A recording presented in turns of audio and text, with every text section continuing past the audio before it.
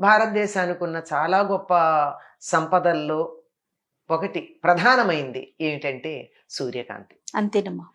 ఎన్ని దేశాలకు సూర్యకాంతి మనకున్నంత ఉండదు. రోజుకు 12 గంటలు దరిదాపుల్లో సూర్యుడు మన్ని అటు ఇటుగా కాస్త మొత్తం 12 గంటలు, కనీసం 11 గంటలు సూర్యకాంతి ఉంటుంది. అవును. దానివల్లే మనకు అనేక రకాలైనటువంటి మేలు జరుగుతోంది. అంటే మానసికంగా మన ప్రజ్ఞ బాగుండడం, తెలివితేటలు ఎక్కువ ఉండడం, పంటలు పండడం, కొన్ని రకాలైనటువంటి అంటువ్యాధులు లేకుండా పోవడం, ఇలాంటివన్నీ కూడా ఉండడానికి ఈ సూర్యకాంతే కారణం. ఆయనే ముఖ్య కారణం.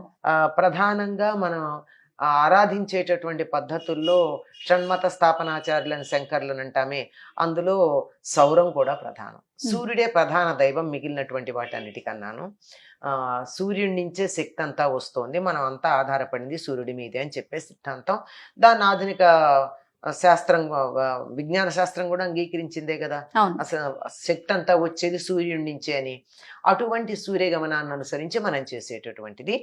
ఇక్కడ కొన్ని పండగలు మనం సూర్య గమనాన్ని అనుసరించి చేసుకుంటాం, సౌరమానాన్ని అనుసరించి. అందులో ప్రధానంగా చేసుకునేటటువంటిది ఈ మకర సంక్రమణము అని చెప్పబడేటటువంటి ఈ పండుగమ్మ. అందుకని ఇప్పుడు ఏమవుతుంది అంటే వాతావరణంలో చాలా మార్పులు వస్తూ ఉంటాయి. ఇప్పటి వరకు దక్షిణాయనం అంటే దక్షిణాయనం అంతా కూడా మనకి వానలు, చలి ఇలాంటివన్నీ ఉన్నాయి. ఇక ఉత్తరాయణం మొదలు అయిందంటే నులివెచ్చగా ఉండడం దగ్గర నుంచి బాగా వేడిగా ఉండడం, అక్కడి నుంచి వానలు పడ్డానికి కావాల్సినటువంటి వాతావరణం కల్పించబడడం, ఇవన్నీ జరిగేది ఈ ఉత్తరాయణంలో. కనుక అటువంటి శుభ సందర్భం వచ్చింది అని చెప్పి సంక్రాంతిని చాలా పెద్ద పండగగా చేసుకుంటాం మనం. పెద్ద పండుగ, పెద్దల పండుగ అని కూడా అంటారు కదమ్మా. ఇది రెండు అర్థం ఉంది. పెద్ద పండగ, పెద్దల పండగ రెండు కూడా అమ్మా సంక్రాంతి. ఎందుకు అంటే పెద్ద పండగ అంటే ఈ పండగ ఎప్పుడు మొదలవుతుంది మనకి? సూర్యుడు ధనుసు రాశిలో ప్రవేశించిన రోజున మొదలవుతుంది. నెల పట్టడం అంటారు. అక్కడి నుంచి భోగి నాటితో ధనుర్మాసం పూర్తవుతుంది.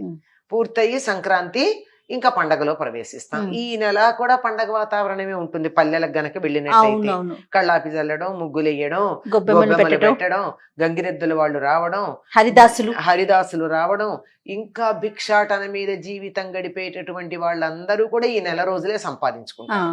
కారణం ఏమిటంటే పంటలు పండి సమృద్ధిగా ఉంటుంది. ఎంత లేదన్నా ఈ సమయంలో లేదనే వాళ్ళు ఉండరట. ఎంతో కొంత కనీసం పరిగ ఎరుకునన్నా ఇంతో అంతో సంపాదించుకుంటారు ఉంటుంది.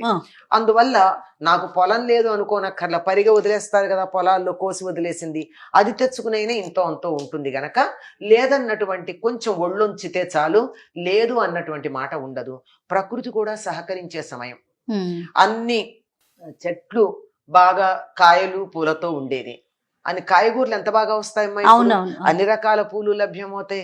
ప్రకృతి అంతా పచ్చగా ఉంటుంది, ఆకుపచ్చ పసుపచ్చ కూడా కలిపి.